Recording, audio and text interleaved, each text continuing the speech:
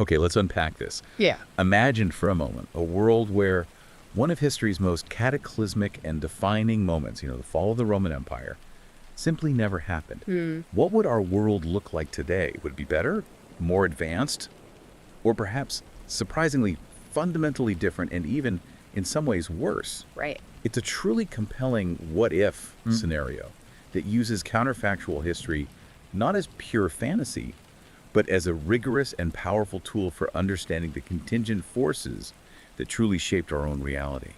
What's fascinating here is that we're not just playing a historical parlor game. Not at all. Yeah. We're performing a rigorous historical thought experiment, really pushing the boundaries of cause and effect. By exploring an empire that, against all odds, didn't fall, we can truly understand the profound consequences of the world that was born from its absence. Yeah. It allows us to deconstruct what we often think of as inevitable in history and really grasp the profound role of chance, adaptation, and even seemingly negative events in the sweeping narrative of human civilization. Absolutely. It's about revealing the hidden levers of history, isn't it? Precisely. Our mission today is to embark on this intellectual adventure, to explore this alternative timeline, armed with a fantastic source that lays out a truly compelling argument. That Rome's fall, in the grand sweep of history, might have been the best thing that ever happened to us. It's a provocative idea. It really is. Yeah. The central thesis we'll be diving into suggests that while the survival of Rome would have indeed prevented the chaos and intellectual decline of what we call the Dark Ages, it would have paradoxically suppressed the unique catalysts that led to so much of what we consider modernity. Things like the nation state. Exactly. Things we often take for granted, like the rise of the nation-state, the development of capitalism, the scientific revolution, and the Enlightenment. It's a truly mind-bending idea that the fall was, in essence, a lucky break for the specific kind of dynamic, innovative, and competitive modernity we inhabit today. And it's crucial to clarify what not falling actually entails in this counterfactual scenario. Our source emphasizes that this isn't an empire stuck in the time of Augustus, frozen perfectly in amber, immune to change. Right, not static. Not at all. Modern historiography, as you know, views the fall not as a single dramatic event in 476 CE when the last Western emperor was deposed, but rather as a complex, multi-century process of transformation, adaptation, and eventual fragmentation. A slow unraveling almost. A very slow unraveling. So what we're imagining is a Rome that successfully adapted its institutions to navigate what our source calls the polycrisis of late antiquity. Polycrisis. Emerging reformed and resilient into the 6th century and beyond. Think of it less as avoiding change and more about a successful systemic evolution. Okay. For instance, the renowned historian Henri Pirenne famously argued that the essential continuity of the Roman Mediterranean world was only decisively broken by the Muslim conquests of the 7th and 8th centuries in our timeline, not by the Germanic migrations. Interesting. So Pirenne shifts the focus later. He does. So for Rome to not fall in this scenario, it means it overcame those earlier internal challenges and the subsequent external pressures that fragmented the Mediterranean world in our history. All right, so before we dive into this unbroken Rome, we absolutely have to understand why it fell in our timeline. Because it wasn't one single dramatic blow, was it? Yeah, definitely not. Our source describes it as a polycrisis, a fatal synergy, a perfect storm of interconnected failures that built upon one another. Exactly. It really highlights how so many different problems converged, creating this, impossible situation for the empire. Precisely. The disintegration of the Western Roman Empire was truly the culmination of a polycrisis, where political, economic, military, social, and even environmental failures didn't just happen in isolation, but fed into a self-reinforcing cycle of decline. A feedback loop. A dangerous one. While historians have traditionally debated whether internal decay or external pressures were the primary culprits, the overwhelming evidence now points to a fatal synergy between the two.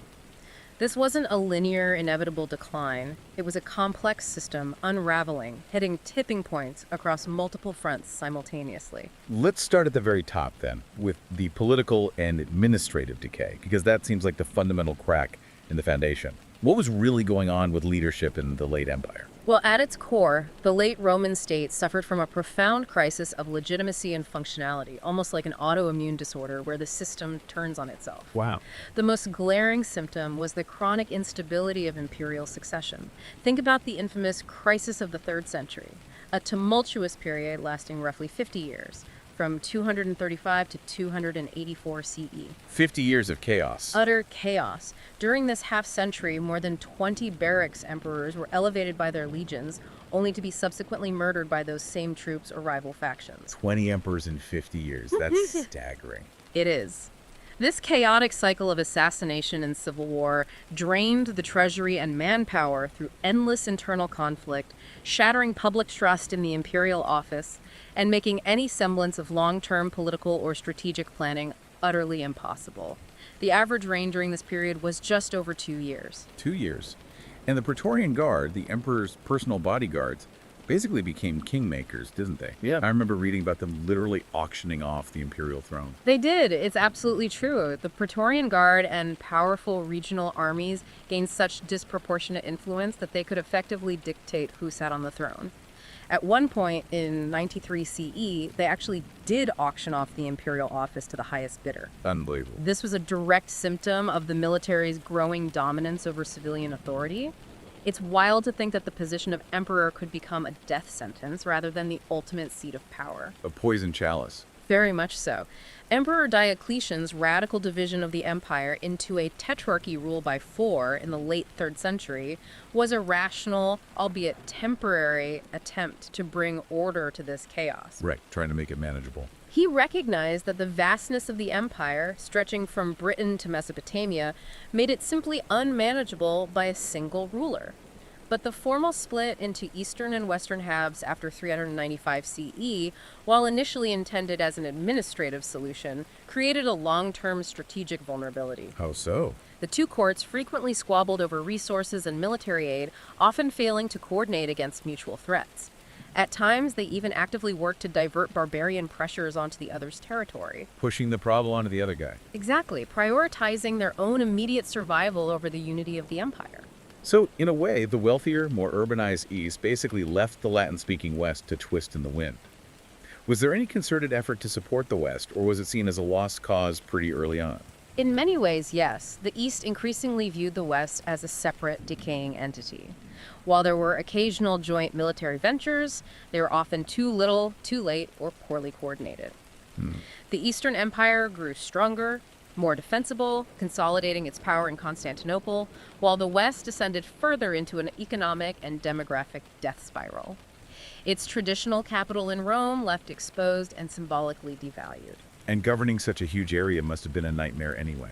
Compounding these issues was the sheer logistical nightmare. Even with its famed road network and impressive administrative apparatus, communication and the projection of military force were simply too slow to effectively manage this overexpansion. So vulnerable frontiers. Perpetually vulnerable frontiers and critical civil infrastructure crumbling because resources were perpetually funneled into military upkeep and those incessant civil wars. It makes you realize, how could a state function when its core leadership was constantly being undermined, and its sheer size made effective governance inherently difficult? The political turmoil wasn't just internal, it was a cancer that bled into every other facet of the empire's stability, impacting everyone down to the smallest farmer. And speaking of bleeding, that political chaos wasn't happening in a vacuum. It had a devastating impact on Rome's economic health, almost like a full-blown hemorrhage.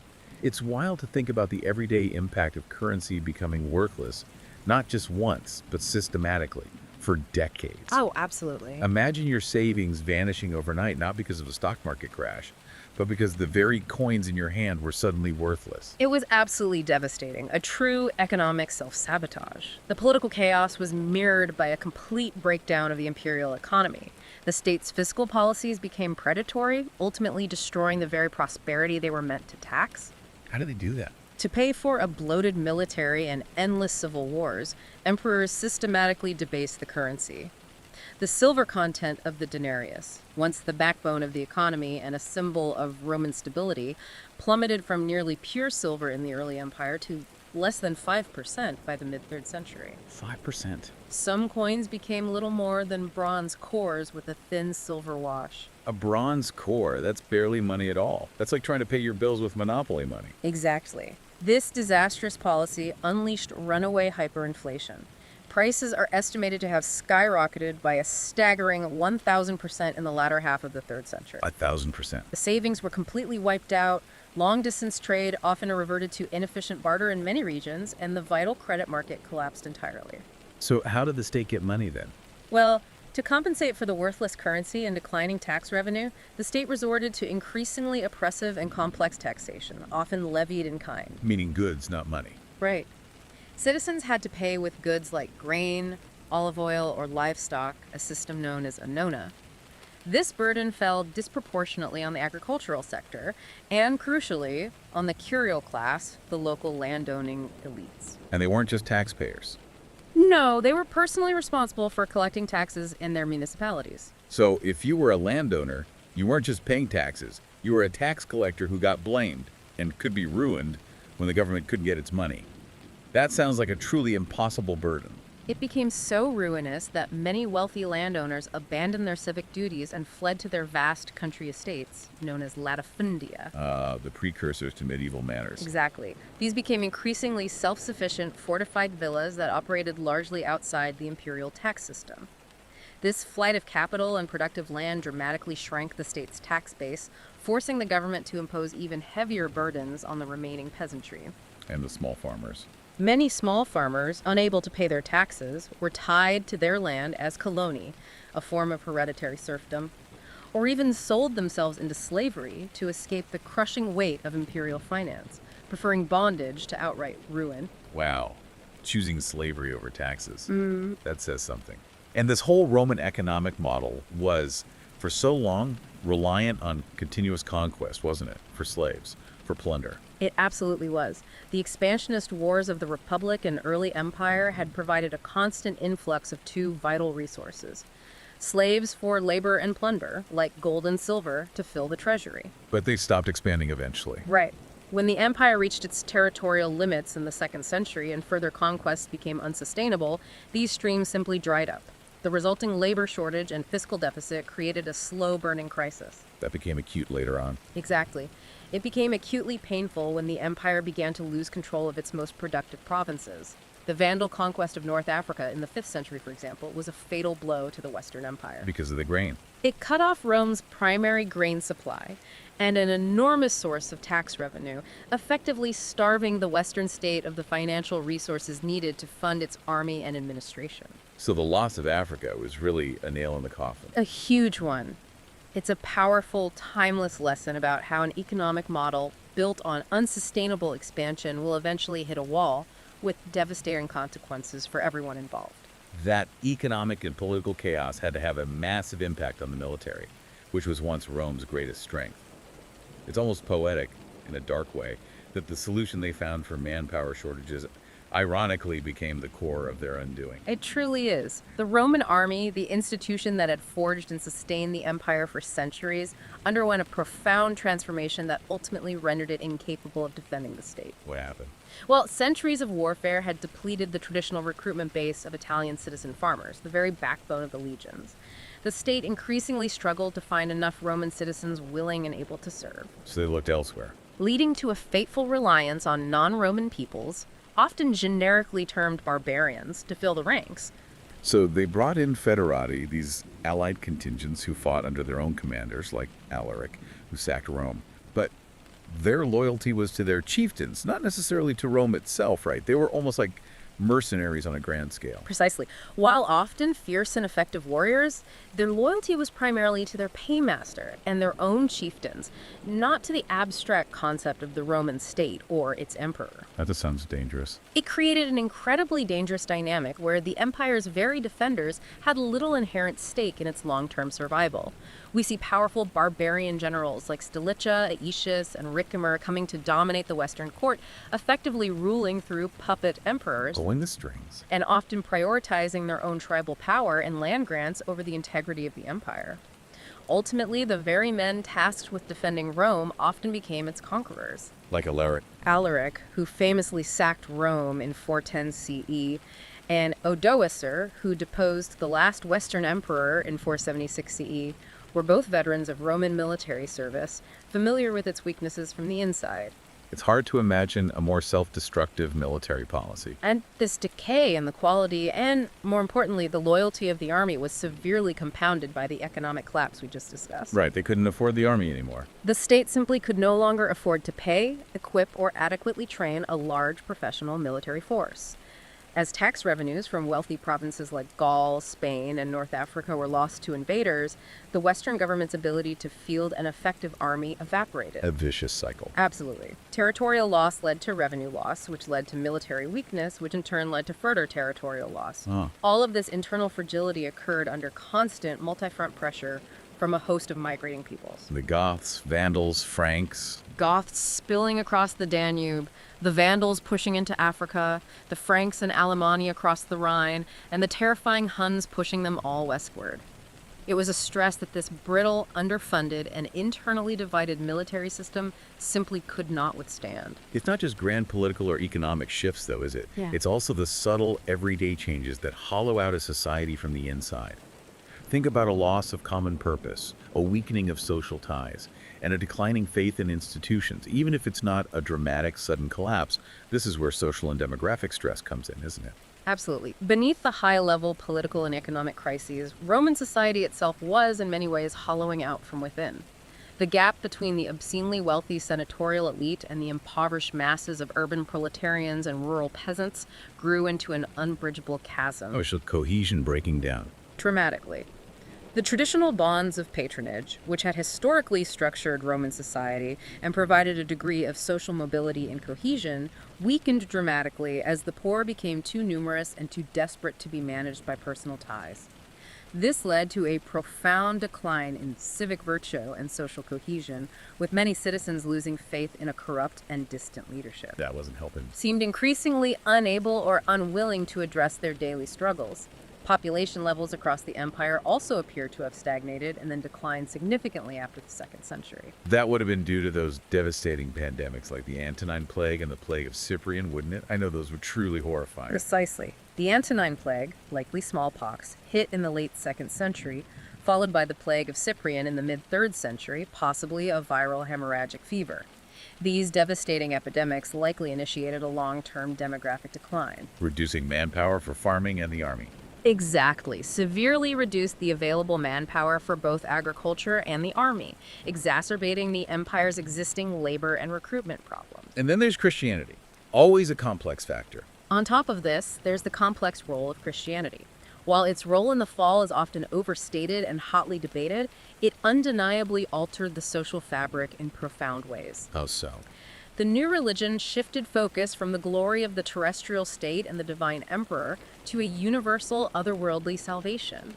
It also created a powerful, alternative institutional hierarchy in the form of the church. Right, the bishops gaining influence. With bishops who wielded immense local influence, sometimes acting as powerful advocates for their communities and even at times in opposition to imperial authorities. So Gibbon's idea about pacifism weakening Rome isn't really accepted now. Edward Gibbon's classic argument that Christianity fostered a pacifist mentality that weakened the Roman war machine is now largely discounted by historians. But its role in potentially dividing citizen allegiances and creating a new locus of power separate from the state is a significant factor in the changing landscape of late antiquity. Okay. I also remember discussions about lead poisoning contributing to the fall. Is there any truth to that, or is it more of a historical myth? That theory, that widespread lead poisoning was a primary cause of the collapse, has been largely debunked.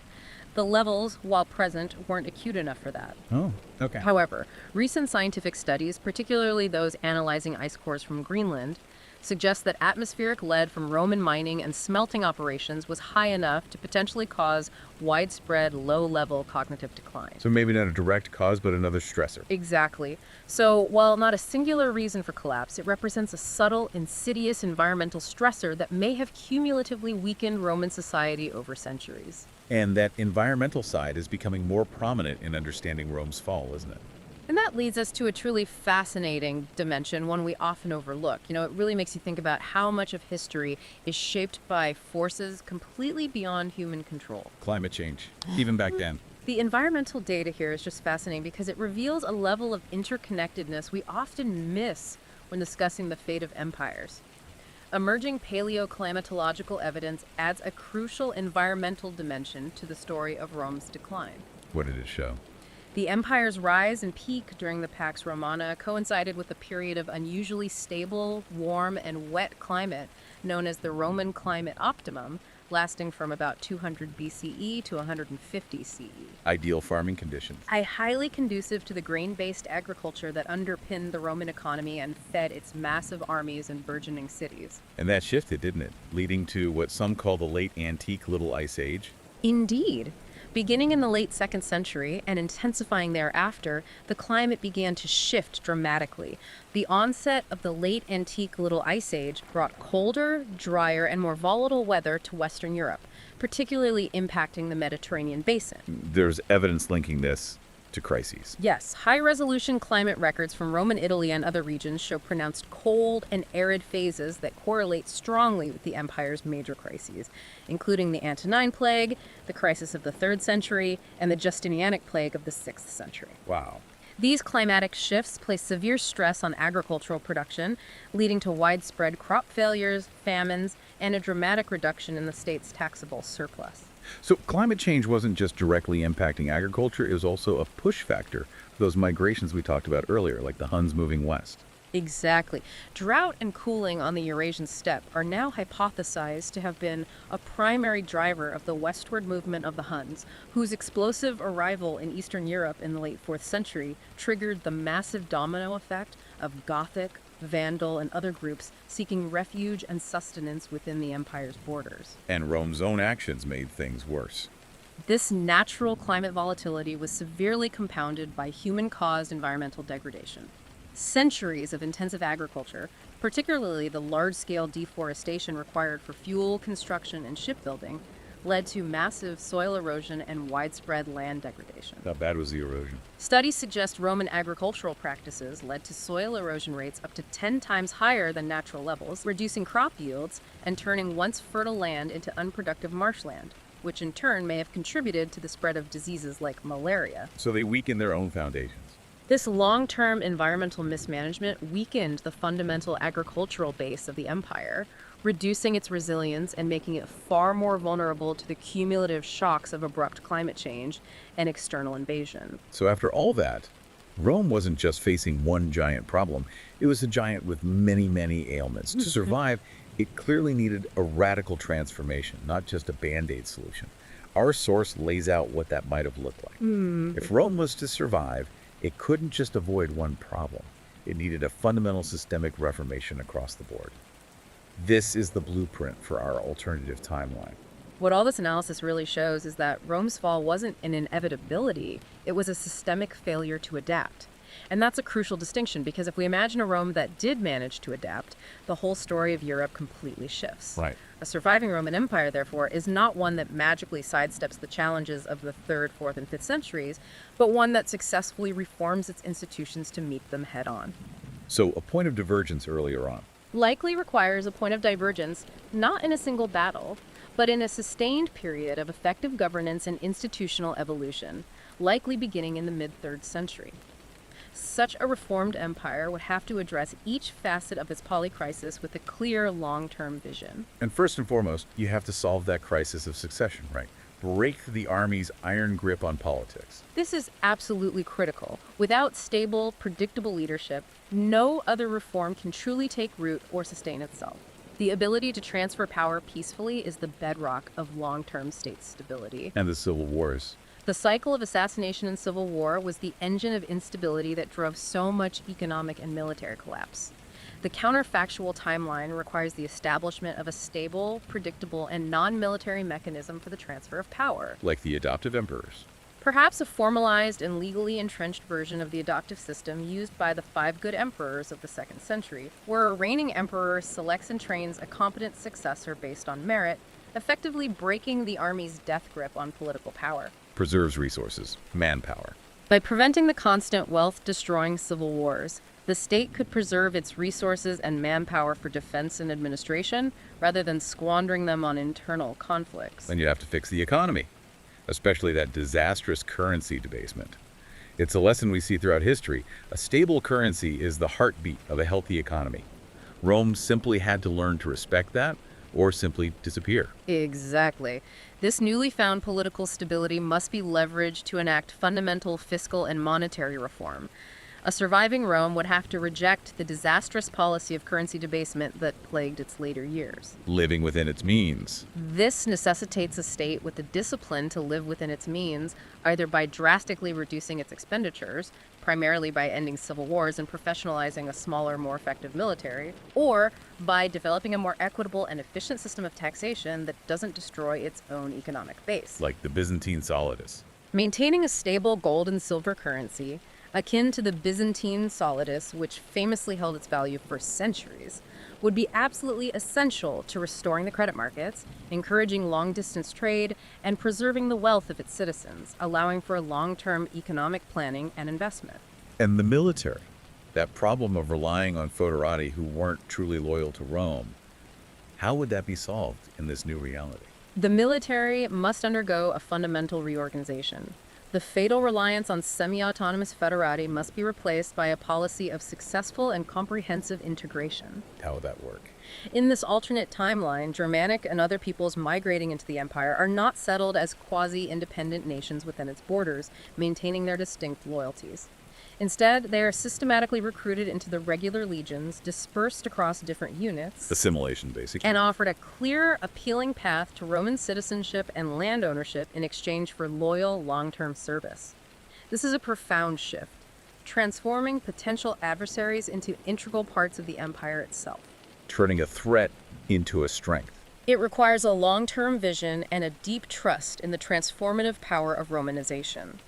This policy would effectively assimilate the newcomers, turning a potential threat into a critical source of demographic and military strength, ensuring the army's loyalty remains with the state, not with individual barbarian chieftains. And what about that east-west split that weakened them so much? Did that simply have to be undone? Not necessarily undone, but managed far more effectively. Rather than a permanent schism that bred rivalry and diverted resources, the East-West partition could function as a flexible administrative arrangement. Like a partnership. Exactly. With robust, institutionalized mechanisms for joint military planning, economic coordination, and shared intelligence. This counterfactual assumes the West successfully navigates its third-century economic crisis, perhaps with strategic aid from the wealthier East, thereby maintaining a relative parity of wealth and power. A united front. This ensures a united imperial front against external threats, and prevents the two halves from undermining each other. Think of it less as a split and more as a powerful, coordinated partnership, two distinct entities working together, not against each other, for a common imperial goal. And finally, those environmental shocks we talked about earlier. Could Rome, with all its engineering genius, have truly adapted to climate change and environmental degradation on such a massive scale? This point is often overlooked, but it's absolutely crucial for long-term survival. A truly great empire understands its profound relationship with the land and adapts to environmental realities rather than depleting its resources blindly. So, Roman engineering to the rescue. A resilient Roman Empire would need to apply its famed engineering genius to massive environmental and agricultural adaptation. Faced with a changing climate that brought colder, drier, and more volatile weather, the state would need to invest heavily in advanced water management systems. New aqueducts, irrigation. New aqueducts, expansive irrigation networks to combat periods of drought and ensure consistent water supply. It would also need to promote agricultural innovation, such as the introduction of new, more resilient crop strains better suited to changing conditions. And sustainable farming. And the widespread development of more sustainable land management techniques to counter the historical problems of massive soil erosion and deforestation. By mitigating the impacts of environmental shocks, the empire could maintain the agricultural surplus necessary to feed its cities and armies, thus preserving the fundamental economic and social foundation of its stability. So it's a whole package of reforms. In essence, the point of divergence is a Rome that successfully transforms itself, becoming an administratively agile, fiscally sound, socially integrated, and environmentally adaptive entity capable of weathering the storms of the migration period and persisting as the dominant power in the West.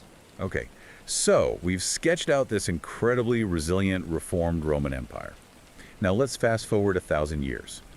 Imagine the year is 1500, And this colossal entity has dominated Europe and the Mediterranean for centuries. What does that unbroken lineage mean for the very fabric of society, for how people live, think, and interact? The differences are truly mind-bending. They really are. With the Western Roman Empire having successfully navigated the crises of late antiquity, its continued existence would fundamentally reshape the historical trajectory of Europe and the Mediterranean.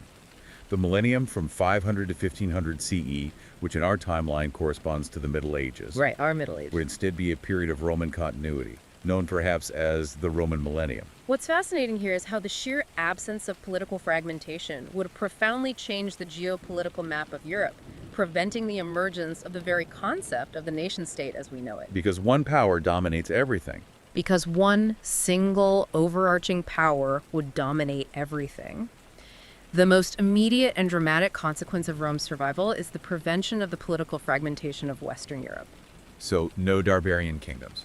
The patchwork of barbarian kingdoms that define the early medieval map in our timeline, the Visigothic kingdom in Spain, the Frankish kingdom in Gaul, the Ostrogothic and later Lombard kingdoms in Italy, and the various Anglo-Saxon kingdoms in Britain simply would not exist. They'd just be Roman provinces. These regions would remain what they were, provinces and dioceses firmly within the administrative structure of the Roman Empire, their distinct political identities subsumed by the overarching Roman editus.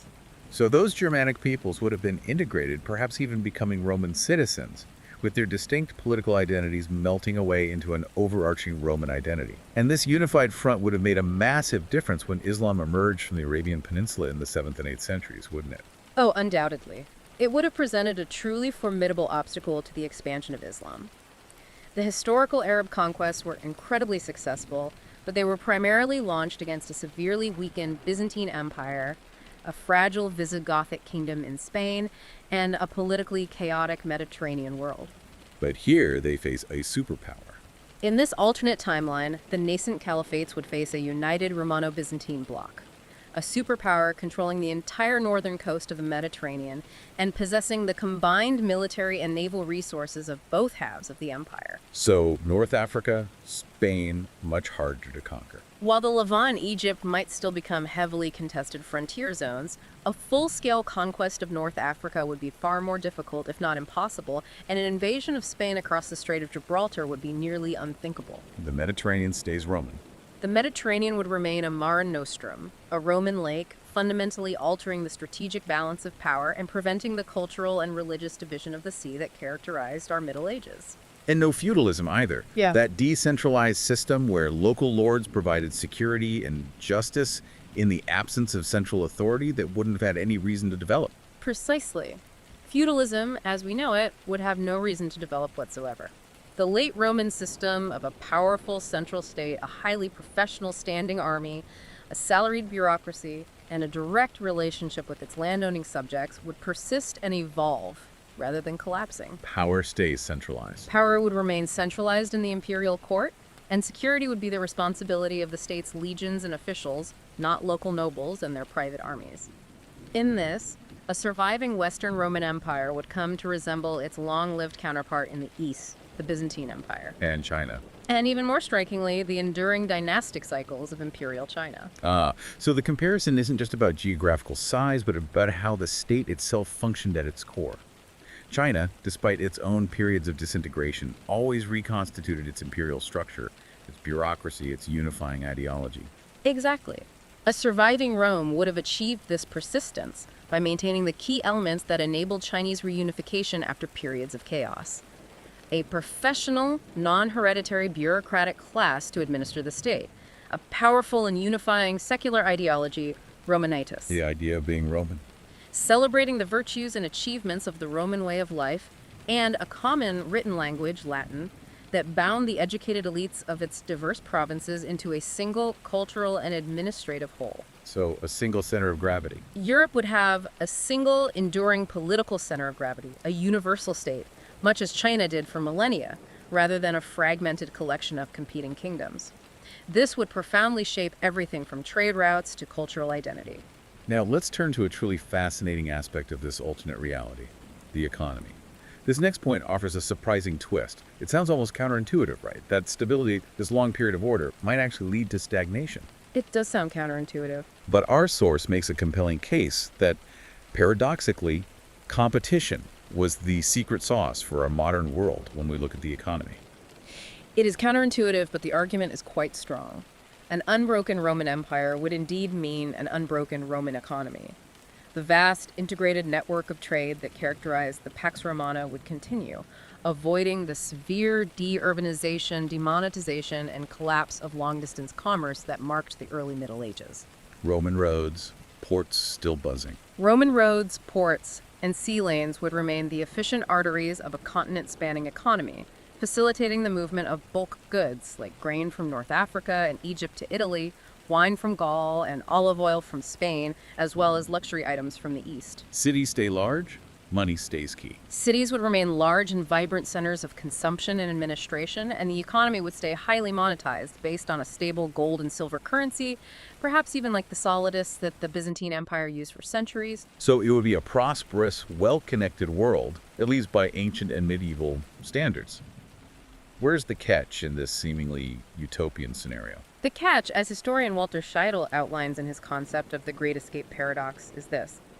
He posits that Rome's fall was actually a crucial precondition for modern economic development. How so? The collapse of the empire shattered its imperial monopoly and replaced it with a fragmented system of dozens and later hundreds of competing states, principalities, and city-states across Europe. Competition breeds innovation. Exactly. This constant political and military competition spurred a relentless drive for innovation. Rulers competed fiercely to attract the most skilled artisans and merchants, to develop more efficient methods of taxation and finance, and to fund the technological advancements in everything from metallurgy and shipbuilding to weaponry that could give them an edge over their rivals. A crucible of competition. It was this centuries-long crucible of interstate competition, this constant pressure to outdo one another, that created the unique institutional and technological foundations for the rise of the West, leading to capitalism and the Industrial Revolution. So, in a single universal Roman state, those competitive pressures are simply absent. The empire's goal becomes stability and order, not disruptive, wealth-creating innovation. Precisely. Roman technology, while impressive, was overwhelmingly focused on practical applications that served the state. Civil engineering for vast infrastructure like aqueducts and roads, military technology for conquest and defense, and impressive architecture. Brilliant engineers, but not theorists. They were brilliant engineers, but they were largely adapters and perfecters of existing knowledge, much of it inherited from the Greeks rather than theoretical or fundamental innovators. There was little economic incentive to develop labor-saving machinery in an economy that could consistently rely on the cheap labor of slaves, serfs, or a vast pool of peasants. No need for automation. The Roman world was adept at perfecting and scaling up existing technologies, but showed little aptitude for the kind of fundamental scientific inquiry that would later underpin the Industrial Revolution. Thus, the Roman economy would likely have remained in a high-level, pre-industrial state. Prosperous, but stuck. Prosperous and sophisticated by ancient standards, but locked in a state of technological stasis, unable to make the leap to mechanized production and self-sustaining economic growth. Think of it like a perfectly tuned, magnificent clock that tells time beautifully but never invents a stopwatch or a digital display or even an alarm. Right. The incentive for truly disruptive innovation, for fundamentally new ways of doing things, just wouldn't have been there. This raises an important question. If we have one powerful empire, does that mean one dominant state-controlled religion? How would Christianity have evolved in this Roman millennium without the fragmentation of our timeline? If we connect this to the bigger picture, the very concept of religious freedom and the separation of church and state as we know it likely wouldn't exist in this timeline. It's a sobering thought about the sheer power of centralized authority over even deeply personal beliefs. Because the Pope wouldn't have gained temporal power. In our timeline, the political vacuum left by the collapse of the Western Empire was the single most important factor in the rise of the papacy as a major temporal power. In the absence of an emperor in the West, the Bishop of Rome increasingly took on administrative and diplomatic duties, becoming the de facto political leader of the city and a major power broker across Italy. So no Pope wielding quasi-monarchical power. No vicar of Christ making political demands on kings in this alternative history. In a world with a surviving and powerful Western Roman emperor, this development would be inconceivable. The relationship between church and state would almost certainly have mirrored that of the Byzantine Empire, a system known as Caesaropapism. Or the emperor is supreme. In this model, the emperor is the supreme authority over the church, essentially acting as its earthly head. The Pope would be the patriarch of the West, a figure of immense spiritual prestige and influence, but ultimately a subject of the emperor. Who approves his election? Holds councils. Who would have the power to approve his election, convene church councils to settle doctrinal disputes, and enforce religious orthodoxy as an instrument of state policy. So, no papal states, no crowning of a Holy Roman Emperor by the Pope, like Charlemagne's act in 800 CE. That would have been seen as outright treason against the true Roman Emperor. Precisely. And certainly no centuries-long struggle for supremacy between popes and emperors, such as the famous investiture controversy that plagued medieval Europe. The church would function as a powerful but ultimately subservient department of the state. Its wealth supporting the empire. Its vast wealth and ideological power harnessed to support the imperial order and ensure social cohesion. This would have profound implications for the development of Christianity itself. Schisms managed or suppressed. The great theological schisms that divided East and West might still occur, but they would be managed or suppressed by imperial authority rather than leading to lasting breaks. The East-West Schism of 1054, driven in large part by the Pope's claim to universal jurisdiction, would likely be averted or quickly resolved by an imperial council. And no Protestant Reformation. And the Protestant Reformation of the 16th century, fueled by rising nationalist sentiment and outrage against a quasi-monarchical papacy, would have no fertile ground in which to grow. Religious dissent would likely be treated as a political crime against the unity and stability of the empire. Resulting in The result would be a single, unified, and doctrinally conservative imperial Christian church spanning the entire European continent, its evolution guided not by internal theological debate alone, but by the political needs of the Roman state. So not only do we lose the distinct nations, but imagine a world where Shakespeare, Cervantes, or Dante never wrote in the languages we know because those languages never truly diverged. That's a huge cultural shift. Our linguistic map of modern Europe is a direct legacy of Rome's fall, isn't it? Indeed. As imperial administration retreated and the great trade routes fractured in our timeline, the vulgar Latin, the everyday spoken Latin of the common people spoken across the western provinces, began to evolve in isolation. Fragmenting into Romance languages. Influenced by local substrate languages and the languages of Germanic settlers, it fragmented over the centuries into a family of distinct but related Romance languages: French, Spanish, Portuguese, Italian, Romanian, and others. But with a continued powerful empire, that process of fragmentation is arrested. Exactly. The powerful centralizing force of an imperial administration, a single legal system, a mobile army, and a pan-imperial educated elite would ensure the persistence of a standardized form of late Latin as the common language, or lingua franca, of governance, commerce, and culture. Like Mandarin in China. Much as Mandarin Chinese provides a unifying written language for a multitude of diverse spoken dialects across a vast empire, a standardized Latin would have remained the essential medium of communication across the entire West. The rich and diverse national literatures that emerged in the vernacular tongues during the High Middle Ages, works like Chaucer's Canterbury Tales or the Song of Roland, would simply never have been written or would have been written in Latin, fundamentally altering their character and audience. And this linguistic unity would also reflect a profound difference in identity.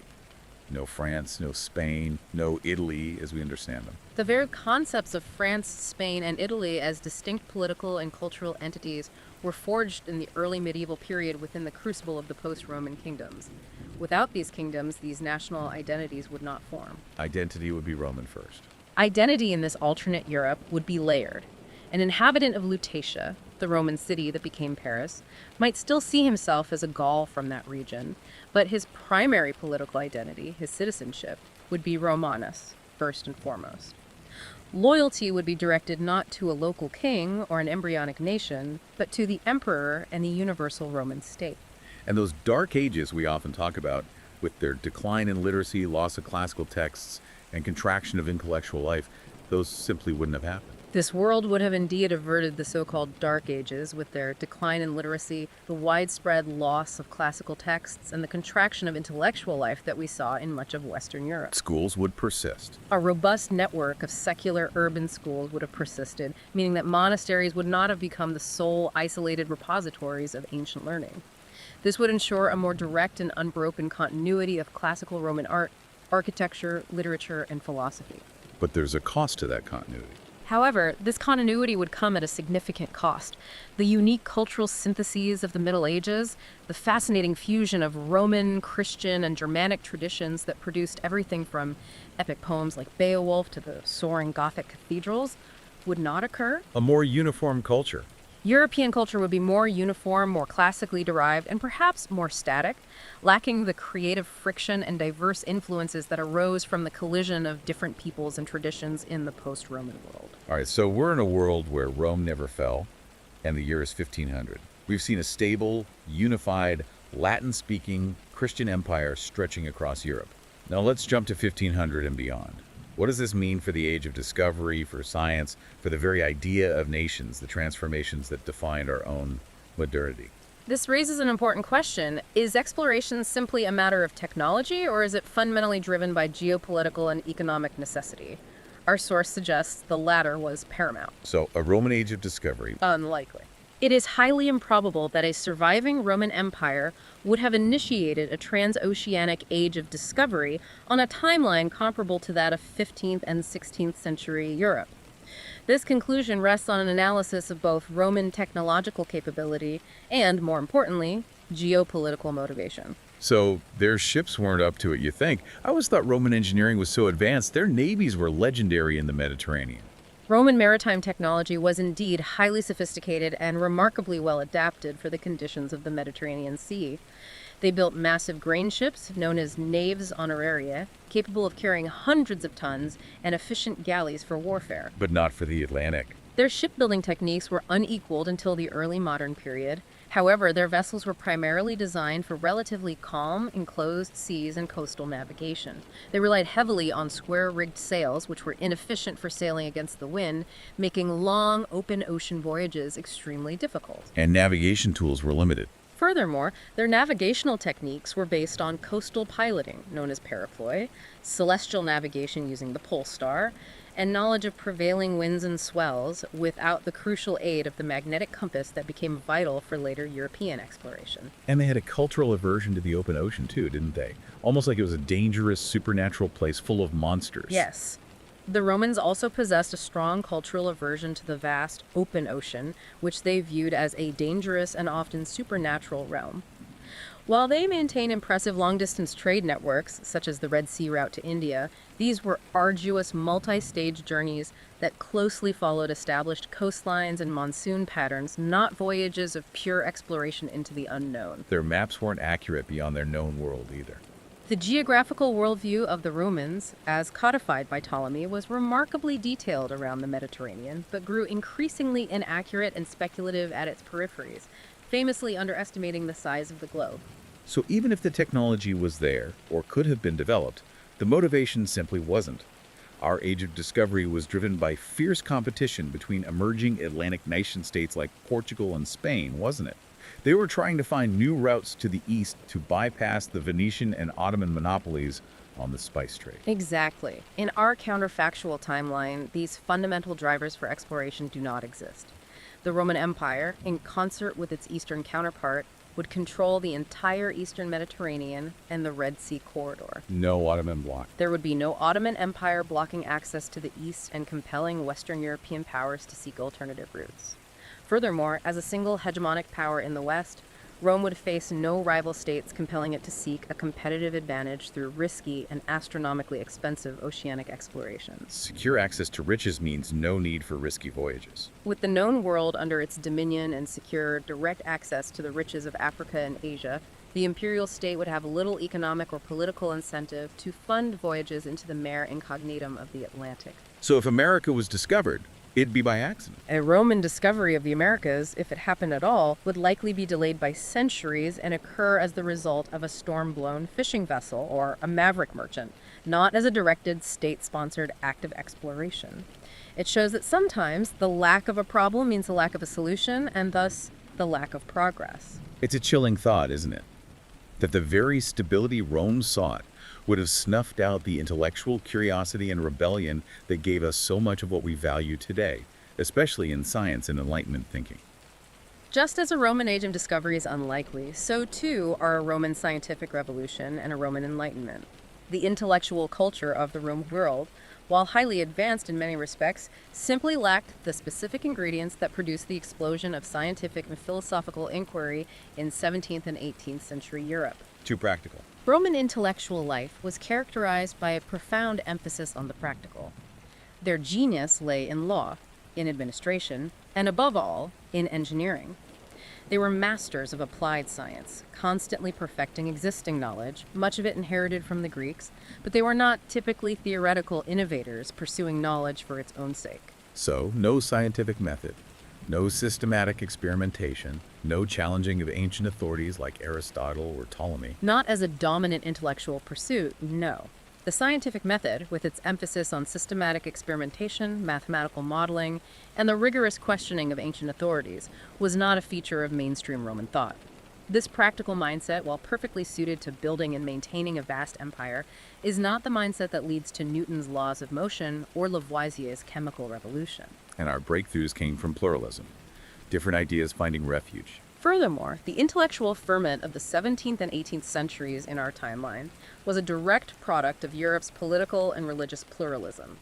The continent was a mosaic of competing universities, royal societies, and intellectual salons, from London and Paris to Leiden and Bologna. So radical ideas could survive somewhere. This diversity meant that new and often radical ideas, from Copernicus's heliocentrism to Locke's theories of government, could find patronage and protection somewhere, even if they were suppressed elsewhere. An idea might be dangerous in Paris, but find a welcome home in Amsterdam. But a single universal Roman state would enforce strict orthodoxy across its vast domain, wouldn't it? Absolutely. A single universal Roman state with its centralized authority and a unified imperial church would almost certainly have enforced a much stricter intellectual orthodoxy, dissenting scientific or philosophical ideas that challenged the established order. Like a sun-centered universe, or questioning the emperor's power. Whether the geocentric cosmos of Ptolemy, or the divine right of the emperor, would be viewed not just as intellectual errors, but as potential sources of political instability, and would be suppressed accordingly. Toynbee's universal state idea seems relevant here. Applying the macro-historical model of Arnold J. Toynbee, a surviving Roman Empire would become a universal state, which he describes as the final, mature stage of a civilization's life cycle. According to Toynbee, this stage is characterized by immense peace and order, but also by a corresponding decline in creativity and a focus on preserving the status quo. Rather than generating new ideas. Rather than generating new solutions or pushing the boundaries of thought. The creative minority that drove the civilization's growth gives way to a dominant minority focused almost exclusively on administration and control. So Rome becomes hostile to revolutionary thinking. This model aligns perfectly with the conclusion that a surviving Rome would have been an environment largely hostile to the disruptive and revolutionary thinking that defined the scientific revolution and the Enlightenment. This truly raises an important question about the fundamental nature of power. If there's no competition, no challenge to the status quo, how do fundamental ideas about individual rights, popular sovereignty, and self-governance ever emerge? It seems a truly unbroken Rome would have cemented a very different vision of how humans are governed. The long-term political landscape of a world with a continuing Roman Empire would be fundamentally different from our own. The modern international order, built upon the Westphalian system, a framework of legally equal sovereign nation-states, is a direct product of the post-Roman fragmentation of Europe and simply would not exist in this alternate timeline. So a world of empires, not nations. The world would not be a community of nations, but a world of great empires or civilizational blocks.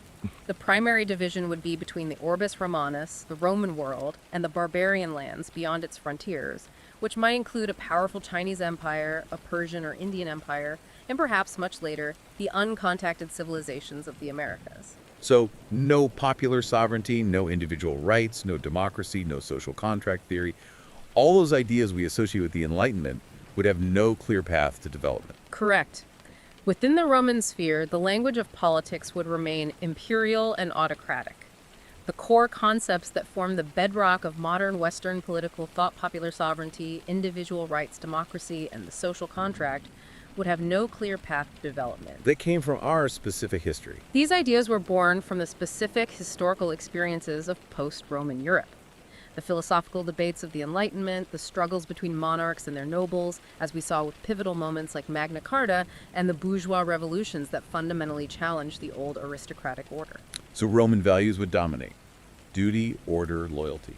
In a world governed by an enduring Roman autocracy, the dominant political values would remain those of the classical empire: duty, or pietas, order, hierarchy, and unwavering loyalty to the emperor and the state. The fundamental political relationship would be that between the ruler and the ruled, the citizen and the subject, not between a nation and its government. And internally, a vast, long-lived empire like that would face its own unique pressures, wouldn't it? Yeah. Like what some scholars call elite overproduction, where you have too many ambitious people and not enough high-level positions. Yes, that's a key long-term challenge for any vast, stable empire. This is the tendency of societies to produce more aspirants for elite positions than there are positions available, leading to intense intra-elite competition that can severely destabilize the state. Rome always struggled with that, didn't it? The historical Roman Empire was certainly racked by this problem, which often manifested as endless civil wars whenever internal ambition couldn't be channeled. A surviving Rome would have to evolve incredibly sophisticated institutions to manage this pressure. Maybe a huge civil service like China's. Perhaps developing a vast, highly meritocratic civil service modeled on that of imperial China, which served to absorb the ambitions of its educated class and provide avenues for social mobility. Constant, low-level warfare on its long frontiers might also serve as a safety valve, Sending ambitious generals far away. providing opportunities for glory and advancement for ambitious aristocrats and soldiers away from the political center. The empire's long-term survival would depend as much on its ability to manage these internal social and political dynamics as its ability to defend its borders. So definitely no Magna Carta. So you wouldn't have something like the Magna Carta in 1215 CE in England, which established limits on royal power. Roman law was centralized and absolute, and the concept of feudal lords forcing concessions from a monarch would be entirely alien to its legal and political tradition. No parliamentary democracy or constitutional monarchy. So we've explored this truly fascinating alternative timeline. On one hand, a stable, unified Roman Empire that manages to avoid centuries of chaos, fragmentation, and loss. It sounds at first glance like a dream, doesn't it? It does, initially. A world that by 1500 CE would be more urban, more literate, more populous, and undoubtedly more classically advanced than our own medieval Europe. But here's the profound paradox at the heart of our deep dive. That very stability, that enduring order, would have come at an incredibly steep cost. The shattering of the empire, the chaos of its fall, actually created the conditions for a fundamentally different and arguably more dynamic kind of progress. The fall unleashed something new. The fall of Rome, for all the short-term suffering it caused across the continent, was a catastrophic event that shattered the imperial mold of Western Eurasia. It was this shattering that unleashed a chaotic but ultimately more pluralistic and competitive historical trajectory. It truly makes you wonder, doesn't it, about the messy, unpredictable nature of progress. Sometimes a seemingly catastrophic breakdown can actually be the very spark that ignites entirely new possibilities, a profound idea that might even apply to the challenges we face in our own time. Absolutely. The fragmentation of power, in this view, created a laboratory of political and social experimentation. Exactly. That intense competition between newly emerging independent states fueled a relentless drive for technological and economic innovation, a constant need to gain an edge. And the painful loss and subsequent filtered rediscovery of classical knowledge, filtered through the unique lens of medieval Christianity and scholasticism, helped ignite the intellectual fires of the Renaissance, leading to genuinely new insights. So, a surviving Rome might seem utopian to someone living through the fall. A world where Rome never fell might appear utopian from the perspective of a 5th century citizen facing the collapse of their world. But from our modern vantage point, it would be a world that likely never experienced the Renaissance, the Age of Discovery, the Scientific Revolution, the Enlightenment, or the Industrial Revolution. It traded dynamism for durability. It would be a world that traded dynamism for durability. History, in a sense, slowed down, locked into a high-level but static pattern. So, the Dark Ages, far from being a simple regression or a historical cul-de-sac, were actually the chaotic and violent crucible where the constituent elements of our modern world, with all its triumphs and its tragedies, were unexpectedly forged. It truly reshapes your understanding of history. It really does. This leads us to a final thought for you to mull over. If the fall of Rome was, as our source argues, Europe's lucky break, a necessary rupture that cleared the way for a unique path to modernity. What other historical collapses or ruptures might, in the long view, have been essential catalysts for the world we live in today?